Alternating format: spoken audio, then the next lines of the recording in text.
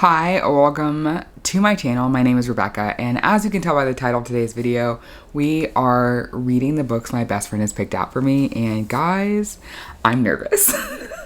I haven't watched any of the videos she sent me yet. We were on a FaceTime call last weekend, and I was talking about wanting to spice up my reading a little bit, and that I feel like I'm in the ARC jail of my own making. I have requested so many books thinking half of them wouldn't get approved, and they did. And so I have just been reading releases before they come out, just trying to obviously get the content out, talk to you about whether or not they're worth it, the things we do around this channel. But I thought, you know what I could use? I could use some fun, I could use some whimsy. Today is actually my birthday, and I took the day off work today and tomorrow, decided to have a long weekend. It's raining outside, and all I want is I put on my coziest clothes, I'm gonna grab some tea, I'm gonna sit on the couch, and I just want to read all day. That's all I want for my birthday.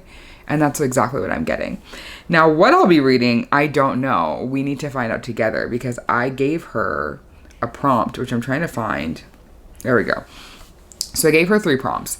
The first one I said, pick a book that you've been waiting on me to read, because while our reading tastes align for the most part, there's a good bit that doesn't, or that she is more apt to pick up and try out, whereas I'm a little more hesitant. And then book 2, I said, pick a book you don't think I'd usually pick up, but that you think I would enjoy, because I trust her to know my reading taste. And 3, I said, a freebie within reason. I said, hopefully short, no problematic authors, obviously, no traditional series, but if it's an interconnected standalone situation, that's fine, and most of all fun. So let's see what she picked out for me. I'm so nervous.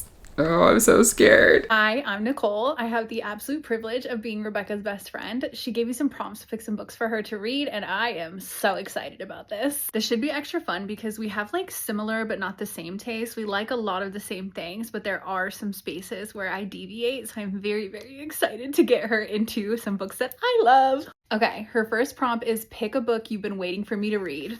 She is not going to be shocked by this at all. Skeletons of Society by Marie Maravilla. This is a mafia romance, and what Rebecca specifically likes in her mafia romance is when the female main character is not a doormat, and trust me, Ryan is not. I know she's going to love this book. I am so excited for her to read it. Ooh, a mafia romance. Nicole! I kind of need that right now. This is perfect. This is so perfect. Should I find out what the other 2 books are, or should I intersperse it each time? Ooh, okay, you know what? We're starting out on a high. I'm going to leave this here. I'm going to go acquire this book, which I think is on Kindle Unlimited. So I'll get that downloaded, and we'll let you know the synopsis when I'm settled in and cozy on the couch. Hello, I started Skeletons of Society, Tox's Paradise, book number 1 by Marie Maravilla. I'm not far. I read the prologue and chapter 1, and it's fine. I'm sure it'll get better, but right now I just don't want to sit here reading this, which sucks. Sorry, Nicole. Let me tell you what this is about. So we're following Ryan, who's our FMC. When we meet her, is alone on the streets, and she is hunting down a man for reasons, and then she deletes that man from the earth. And it sounds justified. And then we flash forward 10 years, and she has continued to do that, but as an enforcer for the local cartel, the Los Muertos. And then we are going to meet Gunnar. We have not met him yet. He works for the Skeletons of Society, which is a motorcycle club, and they have struck up a deal with They've struck up a deal with Los Muertos to run their artillery, if you will, to and from, do drops and things like that for them.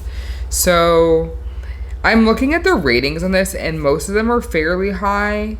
So I'm sure once I get into the actual plot, I don't know what the plot is yet, other than I'm sure there's a betrayal or something because it's a mafia book.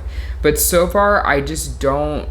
Everything feels one note. There's not a ton of tone to the story, and I'm not into it yet. You're not into it either? I mean, it's okay, Pookie. So we'll see. I am gonna give this, let's see. It says I'm on page 22 of 322. I think I'm gonna give it to page 100 or whatever the closest chapter is, And then if I still am not having a good time, then we will DNF and move on to the next book.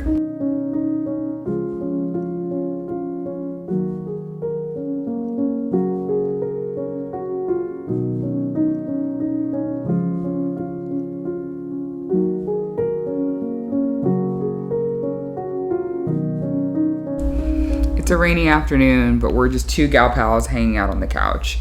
I got to all of 32 pages into that book, and it's not working for me. So we're going to open the Google Drive, and we're going to look at video number 2.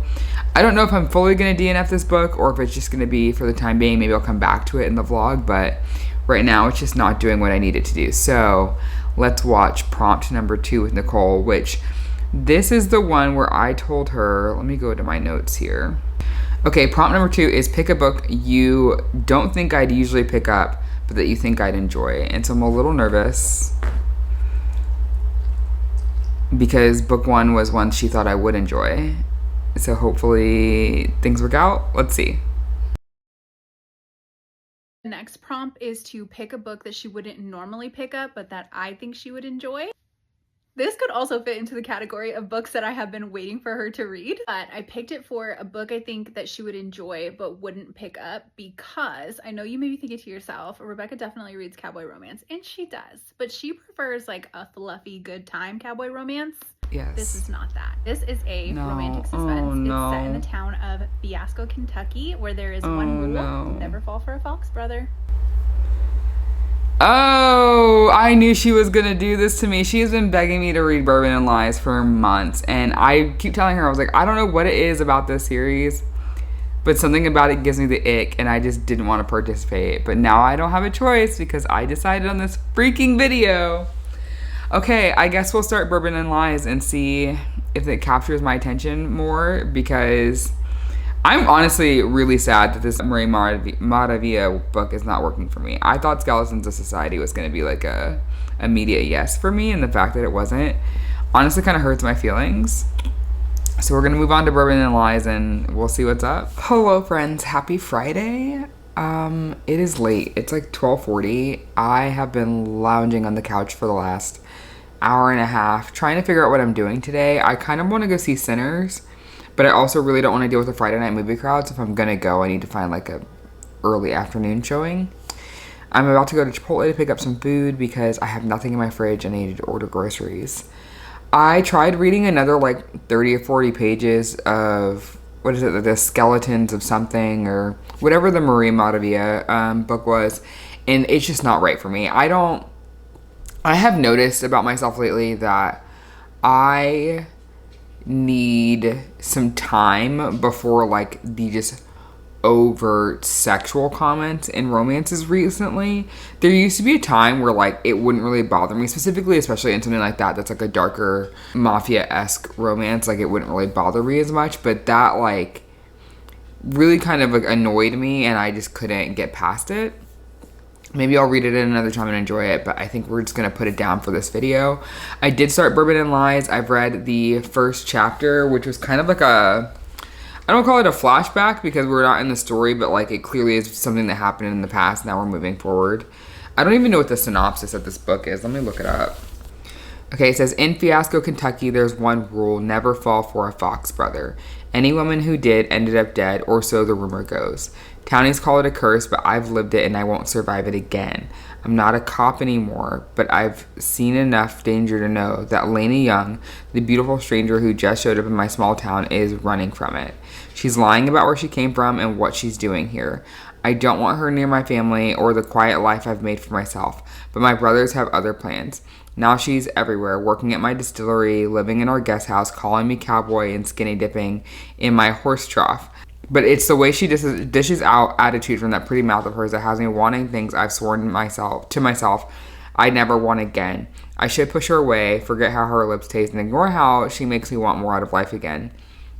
When her past shows up and mingles too closely with mine, her lies begin to unravel. The rules don't matter anymore. I mess up, dig too far, get too close. Only two things have the power to keep her safe now: bourbon and lies.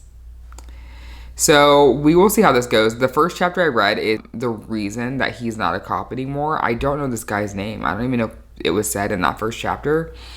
And she is leaving town under like the witness protection program, not Fiasco. She's going to Fiasco, Kentucky. I don't know where she came from. And it's because she rescued a woman from a situation. We don't know what that situation is, but we do know that the perpetrator was caught, and despite all of the evidence, because the guy is not talking and he has like partial fingerprints and things, like they're having a hard time pinning it on him. So it's very clear that, to me anyway, that the two situations are connected fairly immediately, because in the first chapter, when he's showing up to like what it amounts to a shootout, but like has already seemed to happen, he lost his girl who was also a cop. No one on the force knew they were together, and she passed away on the scene. And she, over the radio beforehand, is like, I'm going in, like I can hear a woman crying for help, and it's very clearly like maybe like a sex trafficking situation.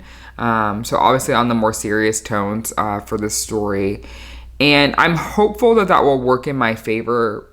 As I mentioned, why Skeletons of Society didn't work for me. Obviously, the overt sexual nature in the beginning, which I like smut. I enjoy that aspect in romance books, but I need a little bit more of a build-up, or a little bit more of me knowing the characters and like feeling their tension for it to work for me. And it just felt really surface level in that. And I feel like with the darker undertones of the things going on in Bourbon and Lies, that I might get a little bit more of the angst or the tension that I'm needing before we get to that aspect. So fingers crossed. So I'm gonna go pick up my food, and then I will get into some more reading and have an update for you in a little bit. Hello friends, I'm back from seeing Sinners. Y'all were not lying. That movie is so good. It's so good. Will I ever watch it again? Probably not. It's one of those movies that I can acknowledge is really good, but will never watch again. Kind of like Moonlight. I watched that once. That was enough for me. Will I ever watch it again? No. Do I still think it's like a 5-star movie? Absolutely. This one more so for the grief, but I just thought a lot of the imagery was incredible. The choice of music was fantastic. That one particular scene in the dance hall as they're bringing centuries together. Ooh, Ryan Coogler, you did that. So good. So, I'm into Bourbons and Lies right now, and I'm actually into it. I'm having a very good time. This is going to be the kind of thing where it's 6:25, and I might just stay up until however late it takes me to finish this. That could be, 10:30. That could be 2 a.m. I don't know how long this book is. I'm only on chapter 11, which is 21% in. I am having such a good time. I was trying to figure out why I like this so much more than the last book, because I feel like general, like, passing comment from, like, a smut-adjacent standpoint happened at the same point almost. But I think the difference for me is, in the first book, it felt very much like there was a how to write a mafia romance, like, timeline opened on the side, and then the author was just kind of tossing things in, but there was no tension yet. There was no buy-in for me into the characters and, like, what they have going on, and me believing that there's chemistry between the two of them. With this,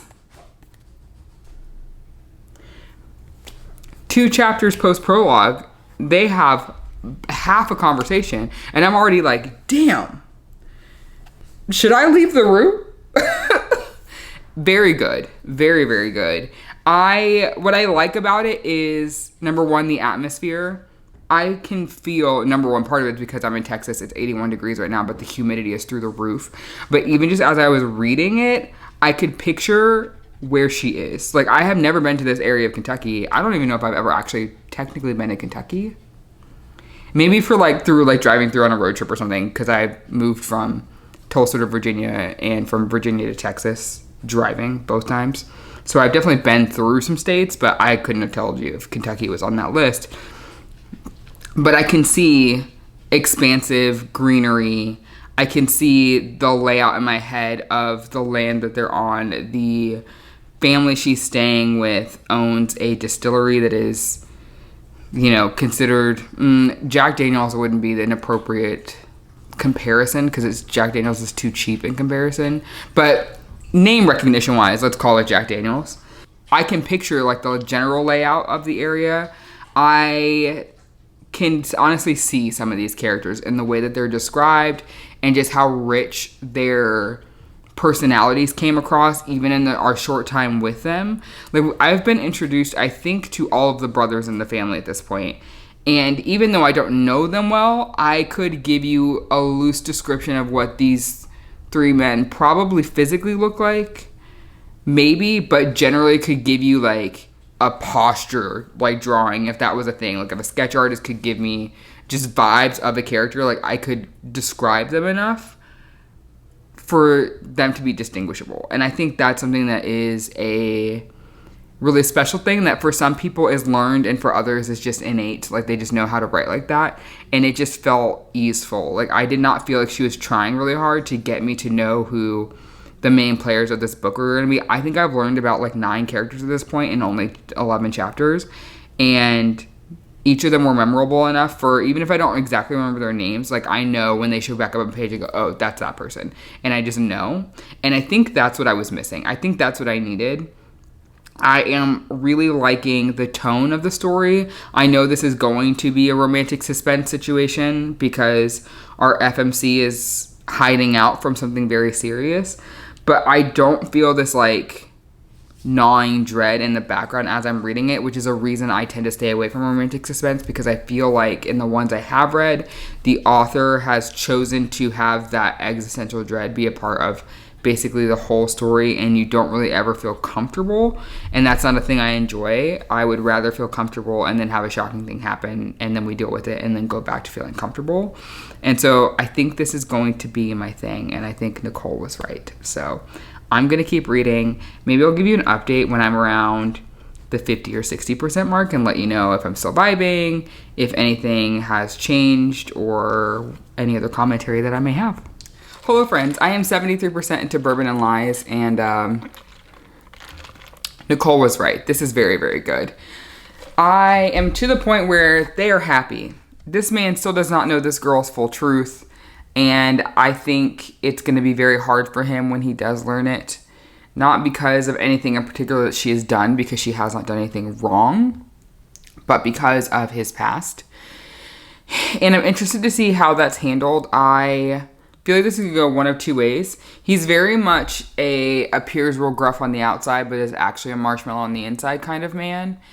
But I feel like when he's threatened, that gruff part comes out, and I'm just worried that he's going to react very poorly toward Lainey, and that has me a little concerned, so we'll see. I have a feeling I'll definitely want to read. I know I want to read book 3, which comes out in June. I don't know if I want to read book 2. I do enjoy a single dad book, but I'm not really liking that character like a ton right now in this book. He's not around a lot, but when he has been around, I don't know, his whole purpose is to antagonize his brothers, which is fine, but it's not what I'm looking for, so we'll see. Book 3, the FMC, I think, is going to be the girl who has very quickly become Lainey's best friend in this town. Like, she was the first woman she met the second day she was in town, like the first full day she was in town, and she's just taken her under her wing, and she's been really kind to her, and I love that she hasn't like pried for her story, and she has done like the whole like warning her against the brothers, not in like I don't want you to be with any of them, but in a, hey, if you're gonna be here, but you need to be careful, you need to be honest, and you need, don't fuck them over, essentially.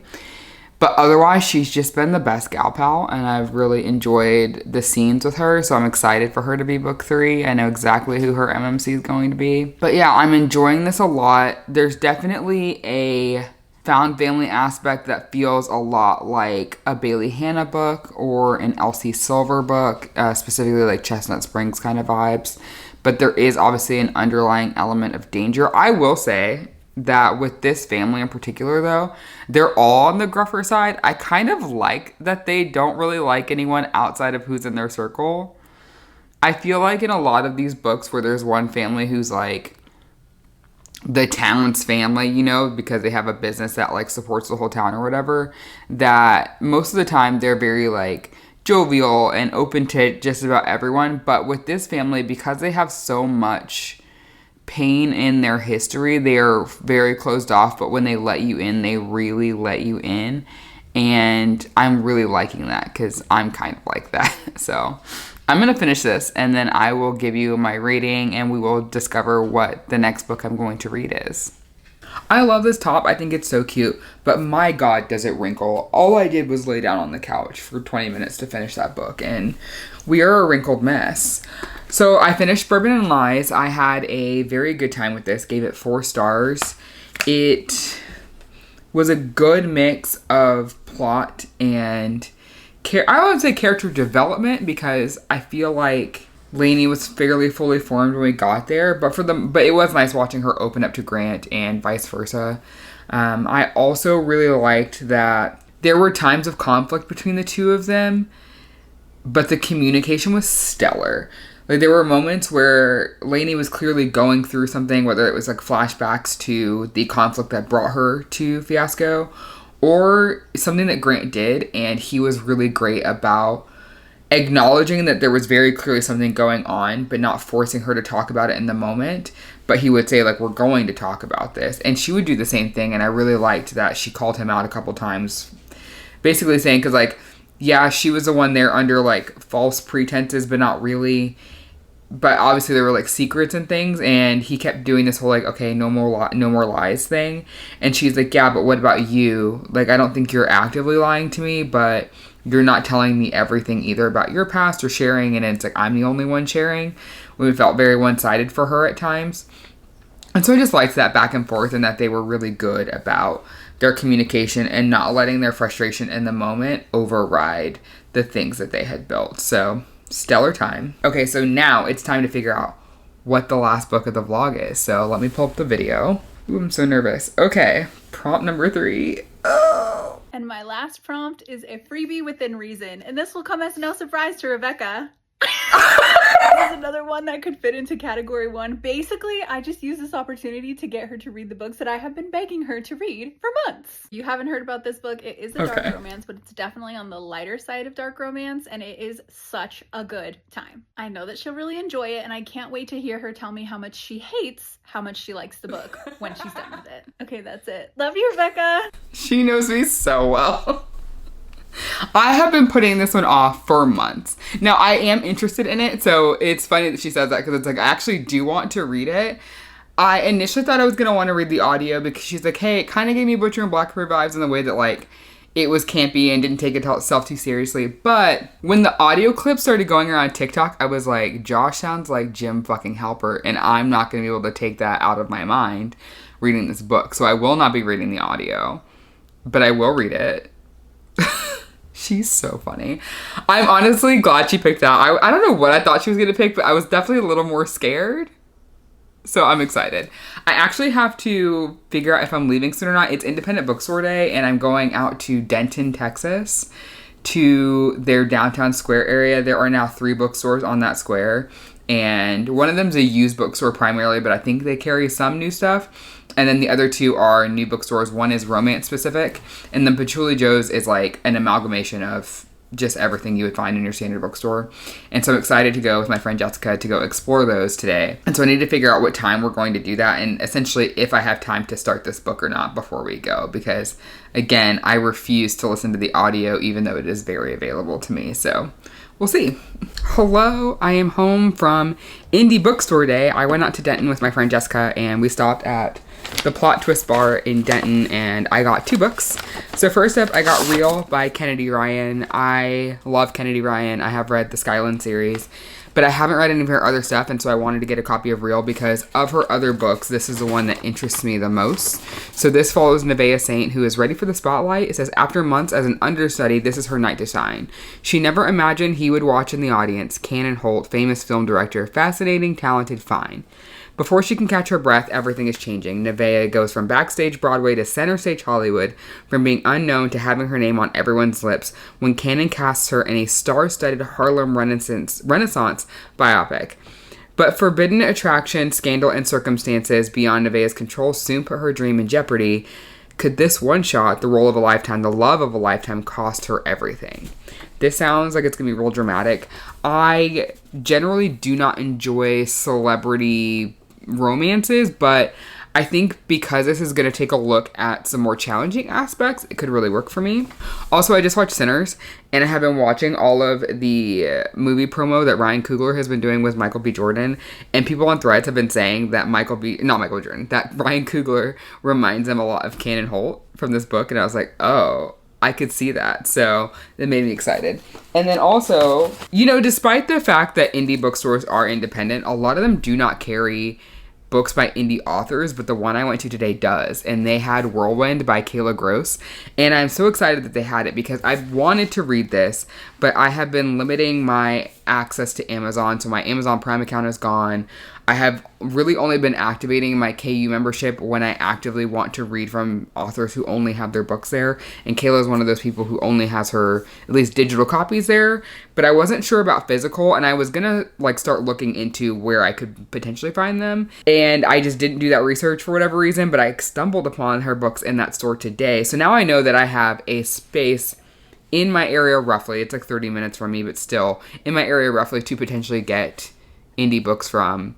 Or indie authored books at an independent bookstore. That's so great. So I'm excited about that. And they said that if I let them know, they also can order things in, obviously, too, which is great. And this book is really short. It's 220 pages. So I'm excited. This is about a grad student. Her name is Finley, and she and her professor are in their first chase together, tornado chasing Whirlwind. I mean, it looks like Twister. That's kind of the whole premise. And it says, now as they tear across Oklahoma with his famous storm chasing team, he's adamant. They crossed a line they should never have been crossed. He's her professor, she's his student, nothing more. But with every storm they face, they draw deeper into a whirlwind that threatens to consume them both. Can they remain professional, or will the storms consume them? I generally do not like the student-teacher trope. However, in this case, she's a grad student, and I think is 27 or something. When you're so far out age-wise from that, and you're not 18, it doesn't bother me as much.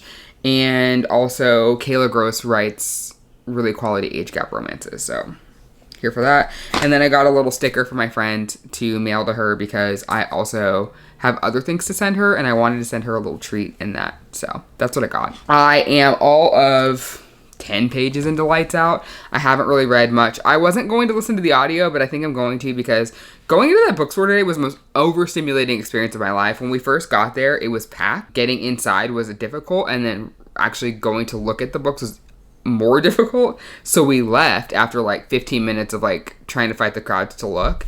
And we were so excited for them that obviously they got serious foot traffic and a lot of sales. So happy that the bookstores are thriving. But it was very overstimulating for your girl. So we left, we got some food. We went to another bookstore that was a block over that had way less foot traffic and spent some time in there. And my car was parked outside the first store. So I was like, should we pop back in just to see if it's less busy? It's been 2 hours. And it was a different experience. It was still busy, but we at least were able to kind of make our way through and really look at the shelves. And that's when I bought the books the second time. So I'm glad we went back in there because I almost left with no books on Indie Bookstore Day, which is wild. So I'm 10 pages into Lights Out. So I don't really have any thoughts or feelings, but I am going to read the audio. But I just realized that I didn't tell you what the book is about. So we're following Allie, who's a trauma nurse. And it says she doesn't need any more kinks. She likes the one she's landed on just fine. To her, nothing could top the masked men she follows online, unless one of those men was shirtless, heavily tattooed, and waiting for her in her bedroom. She dreams about being hunted by one in particular, of him chasing her down and doing deliciously dark things to her willing body. She never could have guessed that by sending one drunken text, those dreams would become her reality. I will want things most people don't, craving darkness and depravity instead of light and love. Josh Hammond has spent his life avoiding the limelight, but his online persona is another story. At night, he posts masked thirst traps from his millions of followers to drool over, but one follower has caught his eye, Allie. After reading a comment begging him to break in her house wearing a mask, he decides to take her up on the offer. Together, Allie and Josh live out their darkest fantasies, unaware that Allie has captured the attention of someone else, someone with far more sinister intentions than a little light stalking. As Josh turns from predator to protector and the stakes heighten, he must ask himself how far he's willing to go for the woman he's obsessed with. The content warning list was a page and a half long, and I think similar to a Butcher and Blackbird situation. I will say, after this first chapter I just read of Allie having to talk down a brand new trauma nurse from quitting, not really even quitting, she was just in a state of shock after seeing a close range GSW to the chest. intense. And the girl was like kind of losing it, and so Allie like helped her like kind of get it back together. I could see why someone who sees just nonstop trauma all day long would be into some darker kinks, and so I hope that she's pursuing that safely. I guess we'll find out. We'll also see if the audio is for me or not. I'm a little nervous about it, but I'm feeling kind of overstimulated from being in that bookstore, and it's also just hot. It's Texas. It may be late April, but it's already damn near 90 degrees, and the humidity is something else. So I haven't wanted to do anything but lay down and just let a fan hit me. So I'm actually going to take Frankie for her evening walk. I'm going to go pick up dinner because my grocery pickup order isn't until tomorrow. And then I am going to read some more. Maybe at that point, I'll be able to actually physically read with my eyeballs. But if not, we have the audio available to us. Thank the library gods for Hoopla and its accessibility. Hello, happy Sunday. I am like 80% into Lights Out, and I'm having some feelings. So I'm enjoying the story overall, but I feel like we could have been done 2 chapters ago. It feels like Navessa Allen is leading us to maybe a new storyline that would lead into Caught Up, the next book that comes out in June, I think. But I don't know if that was necessary. I'm so bored. I enjoy the beginning part where we're watching Josh kind of stalk Allie and seeing Allie's reactions to him. The storyline with the guy that was also following her, I don't feel like the synopsis for that was written well, but I also kind of get why it was written that way, because I think writing it exactly as it was would have been a straight up spoiler. But that situation is like half handled, and I think they're going to use that to build us into book 2. I don't even know that I want book 2, if I'm being quite honest. I kind of felt this way after Butcher and Blackbird, where I had such a good time with that. But when it was over, I was like, do I actually want to continue on in a series? Or is this just like a perfect standalone situation for me? And for me, it was a good standalone situation. And I just pretend the last bit of the epilogue didn't happen. I feel like I'm going to feel the same way about Lights Out, because I just don't know. I feel like she could have ended it at chapter 19 or 20 and it been fine. I don't know where we're going at this point. And it just feels like so much work, and I feel like I'm going to get no payoff from it. And the only way I'll get payoff is if I read the next book. And that just feels not great. It just feels not great. So I'm going to finish it because of course I am, but I'm annoyed. I won't lie to you. I'm annoyed. Hello, welcome to the end of the vlog. I finished Lights Out this morning while I was going through all of my emails from being on vacation. And that entire last like 5 chapters, complete waste of my time. Just complete waste of my time. The tone is so different from the beginning of the book to me that it honestly felt like I was reading like an extended epilogue or something. Or not even an extended epilogue. Like, it felt like I was reading an idea for a completely different story. And then I looked at the synopsis for book 2, and that's exactly what was kind of happening. And honestly, I could have stopped that book after chapter like 19 and just been done. I would have been fine. Wouldn't have really missed anything, if we're being quite honest, because I don't think I'm going to read book 2. I gave this book 3 stars on Storygraph and Goodreads, and I literally put in my review, I was like, I could talk myself down to a 2.5, or I could talk myself up to a 3.5, but it was just fine. Like, it's not a bad book. I just feel like she put too much effort into trying to set up the rest of the series and or just book 2.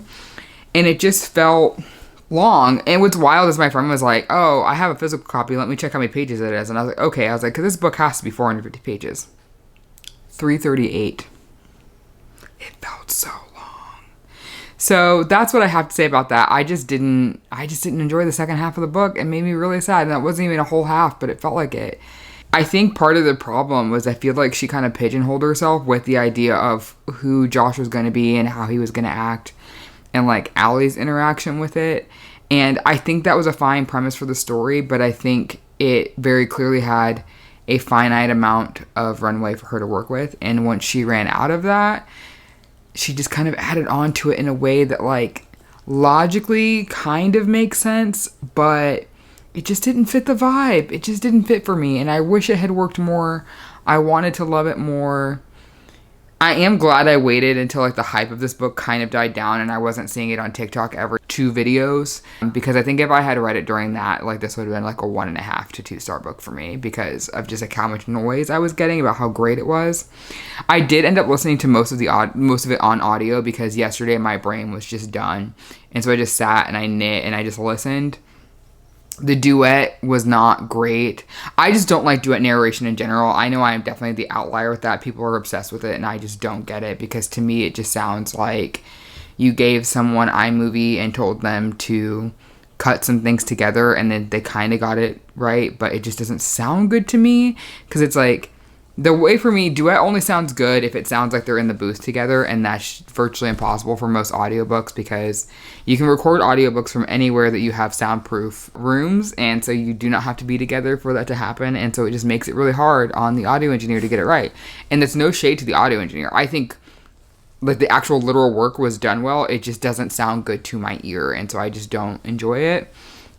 And I am really glad that there wasn't as much overlap in their conversations and things in their chapters as I thought there was going to be, so it wasn't too rough. And honestly, without the audiobook, I don't know that I would have finished the end of the book. Like I did because I could just listen along. I think I would have just put it down and just said I finished, even though I didn't truly finish the book because I just did not like the end at all. So, what a way to end the vlog. I'm sorry, Nicole, like you get a 1.5 out of it because I DNF'd one and I wanted to DNF the third one. But I mean, I'm going to give you a full 2 points because I'm shocked at how much I enjoyed Bourbon and Lies.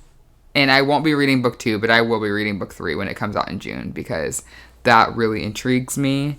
So I will have to turn the Kindle Unlimited membership back on when that time comes because I am excited for Ace and the girl's name I can't think of right now, but I'm excited for their book. And with that being said, thank you all for hanging out with me this vlog. I will see you all in another video very soon.